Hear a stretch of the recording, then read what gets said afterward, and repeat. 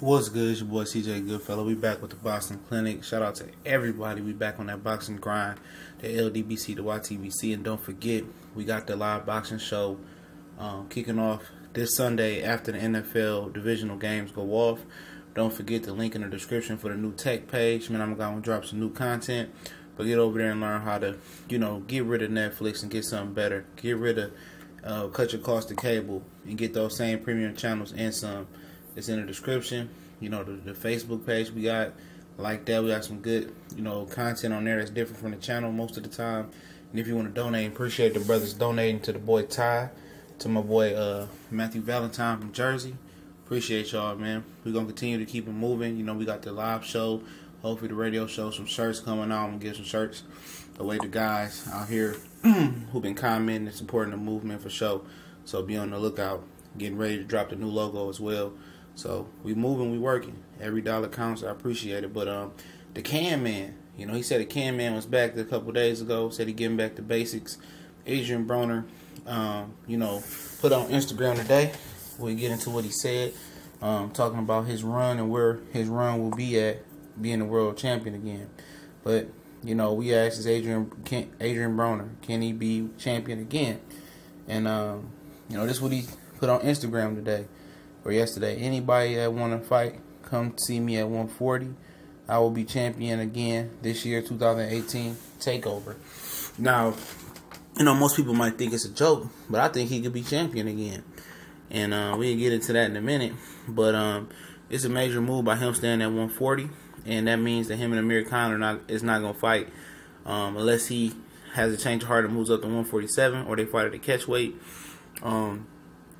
People trying to say Broner was weight drained in the Mikey Garcia fight. I didn't believe that to be true. They said, like Robert Jr. and some of the Bandcamp crew said that he could have made 135. But it's just the simple fact that Broner has some flaws that can be easily exposed by a competent boxer. And you can outwork him, but you can outwork him, but don't forget, he got some power and some speed and some ability, but from the weight, from feet up or head down, it's something that's not right with Broner. And I told you guys heading into that Mikey Garcia fight what was gonna happen. You guys like Troy King, told me that Mikey had never fought a guy as athletic as Broner and slick as Broner, and I didn't buy into it because I know Broner has a lot of flaws. And if you can throw at least two or three punches at Broner, he loses all thought. He doesn't know what to do. But if you let him dictate the pace and punch when he want to punch, you don't put the pressure or the volume on him. He gonna do what he want to do and run wild. He gonna pot shot you, and there's some ability there. But I just think he's a shot fighter as well. As far as handling pressure. Mentally, I believe he's shot more than physically. I don't think physically he's shot. It's mental in him, and I don't think it's a trainer in the world that can help him figure this out. He'd rather be the celebrity than the boxer. And until he figures that out, then he can't figure out the other, Da Vinci Code that he's dealing with why he can't, throw volume, and that's on him. It may be just something in him where he just pity pat. That's just him. That's his style. And there's ways to kind of mold around that, but it's going to be tough. Because, everybody knows the book out on him. You can't say Broner is a quitter. You can't say Broner didn't want to fight the best. But you can't say Broner was an all-time great or, he was a solid fighter at his best. I don't believe he was a good fighter. He beat some guys, and his career was match made to make him look right. And that's what I'm getting at, here. He can be world champion again because Al Haymon can get him the title to the belt. Now, what we have going on here is obviously Terrence Crawford left 4 belts behind, 4 major alphabet belts behind. And the WBC, the first 2 pictures to your right on top, is an unofficial tournament which some people just don't know about. And I might do a video on it next. I might drop a video on it first. So watch out. I might do that video, then drop the video this morning. So what we have here is the fact that Regis Prograis and Victor Postal, according to my boy Karad over there at ILTBA Boxing Talk, is going to a purse bid. Al and Bob not working together. But Jose Ramirez and Amir Mind, they fight March 17th. Hopefully to be in the building New York City, Madison Square Garden.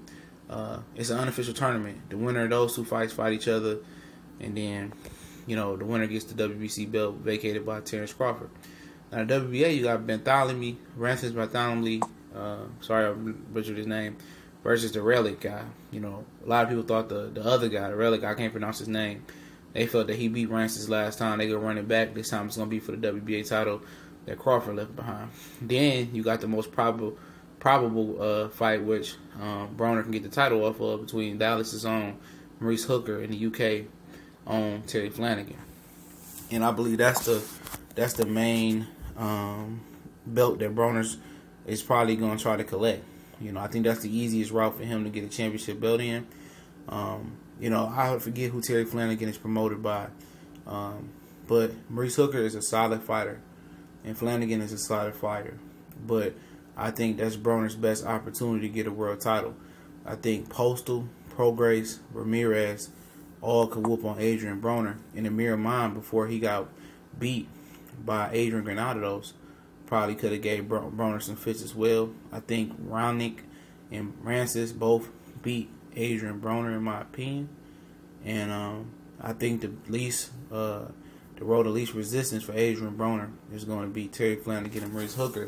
And it's not even guaranteed that he can beat them, but it's going to be perfect matchmaking, making Adrien Broner a champion again. That's what they're going to do, 5-time champion. They already have a plan laid in place for him to become 5-time world champion. And I think it's going to involve Terry Flanagan and Maurice Hooker, because those two are the weakest links right now, or the most unknown commodity. And that's not a knock on them. It's just what it is. Progress will knock Broner into next week. I believe Postal still will beat Broner. I believe Ramirez pressure will beat Broner. And Miramon, at his best, he might give Broner some run for his money. But Francis and the guy he's fighting, both, I believe, will beat Broner. But it's still people that believe in Broner. And you want to know why Showtime still pushes Adrien Broner, because he pulls numbers. He's a number puller. And they want to make him look good. They want to build him up. They want him to do well and matchmake well. And when he fought Marcos Maidana, he ventured off of the Al Haymon blueprint. And Floyd spoke on it after that and said he should just follow Al Haymon's plan for him. But the thing is, they want him to look nice and good and be able to pull consistent numbers. He's an Ohio guy. Al Haymon's an Ohio guy. So he wants to continue to feed him that. And eventually they want to feed him to an up-and-coming star to build them. So basically he's a stepping stone right now. And he knows it deep in his heart. But he's going to be world champion again, probably. Because they're going to matchmake this perfectly for him.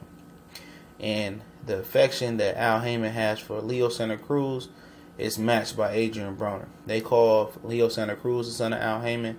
Well, he got another son as far as Adrien Broner. And it may be just the Ohio thing. And I think that's what it is. But, everybody say if Broner focuses and does that, that's out the window. We see that he was focused in Colorado Springs, even training aside Terrence Crawford at the end of his camp. It didn't help. It's because it's something physically wrong with him and mentally wrong with him when he steps in that ring. And there's not a trainer in this world that can help him. Angelo Dundee can come alive and give him with custom model. They can't fix something that a guy's not willing, that's not in him. It's not in him to be a volume puncher. It's too late in the game to teach this dog some new tricks, to bring his feet closer together, to get him to stand on his toes. Genetically, he's a flat-footed fighter. And but I believe he can be world champion again. But I believe all of these guys aren't going to whoop him. But at 140, that's when he want to reside at. And that's a safe haven for him. But now that it's heating up, and you can throw Josh Taylor in there as well with these guys, it's a danger zone. There's nowhere for him to hide no more. But they going to try to find him a way to get him that belt.